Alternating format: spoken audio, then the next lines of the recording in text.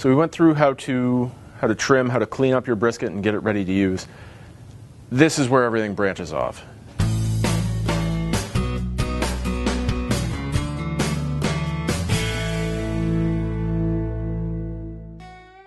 So we got a good yellow mustard. This is a deli style mustard. You can use a grainy Dijon or anything that really suits your fancy. Apple cider vinegar, good local beer to work with as well. So we'll pour all these guys together and we can get right into it. The mustard kind of binds everything together, so you will get a nice paste out of it. It doesn't have to be too thick. You don't want it too watery either, because you do want it to adhere to the brisket. You want it to be just a bit thinner actually than the consistency of a typical grocery store yellow mustard. So there's not a lot of stick to that, but you can tell that there's some texture to it the way it's sticking to the sides of the bowl too. And we'll just spread that on in a good layer. It doesn't hurt to pat the brisket dry with paper towel, which I've done before I started trimming it. Same thing goes if you're just using a barbecue rub on here. You don't have to use the mustard slather, but it's a good way to enhance the flavor. So let's get into it. Now, once you've touched raw meat with your basting brush, this is no longer any good to use on anything else. That rule goes for anything. If you've got raw meat mixed with anything, that has to be cooked before you do anything else with it. So don't just dip into your jar of mustard and start basting and expect to use that mustard for anything else. It's just not safe. Just want to make sure we get into all the crevices here.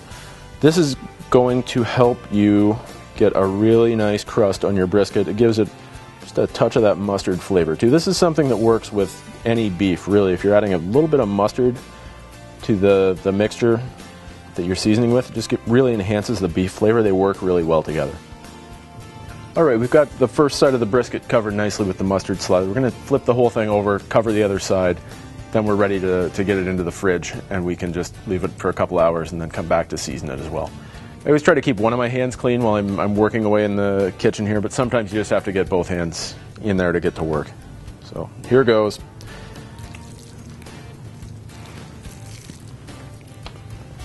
There we go, that wasn't so bad.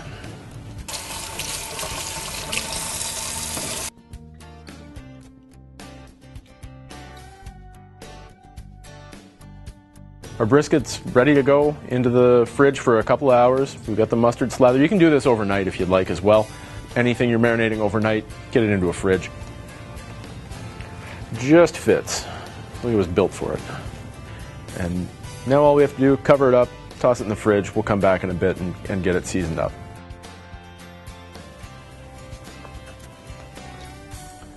Now the brisket sat overnight in the fridge. We're going to apply the rub. And something that I've sort of added recently to my collection is just a restaurant style shaker for seasoning large cuts of meat. Really makes your life easier in terms of keeping one hand clean. Now you can season out of a bowl if you're making a rub at home. I find the shaker works pretty well because you can get a nice layer on there and you get a consistent sort of thickness to it. So we'll use that guy in a sec, and here we go.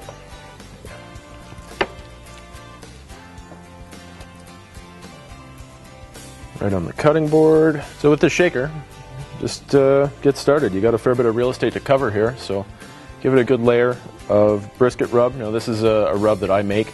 A typical chicken and pork barbecue rub may not fit the bill perfectly. For brisket, the flavor profile doesn't necessarily work. This has quite a bit of celery salt, onion salt, cumin as well. So nice flavor profile, goes well with the mustard slather, goes well with the strong beefy flavor as well.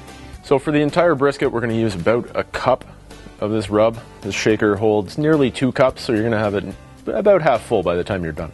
To call it a rub could be a bit misleading. You're going to just shake on there, get a nice thick layer. That mustard's really going to firm up this kind of crust that forms on the outside, especially once you get it on the smoker. It really forms a nice bark, as they say. I'll just make sure I get all my edges covered here. And the brisket isn't a huge deal if you don't cover all of it, but it certainly helps your flavor profile if you're slicing it or anything else. You can see pretty quickly how the mustard slather actually absorbs the rub and forms a paste on the surface of the brisket. And in this case, I'm going to continue to season so that slather firms up. It's not going to come off as much when I flip it over. You can actually tell where it goes from light color to dark. That's where the moisture is really absorbing it. Just pat everything down here, you know, rubbing the spices into your brisket. Just want to form a nice layer on the outside of it. So there we are. And more of the same, just a healthy shake of seasoning across here. So we'll wrap it up, we'll throw it in the fridge, and then we'll come back in 12 hours or so.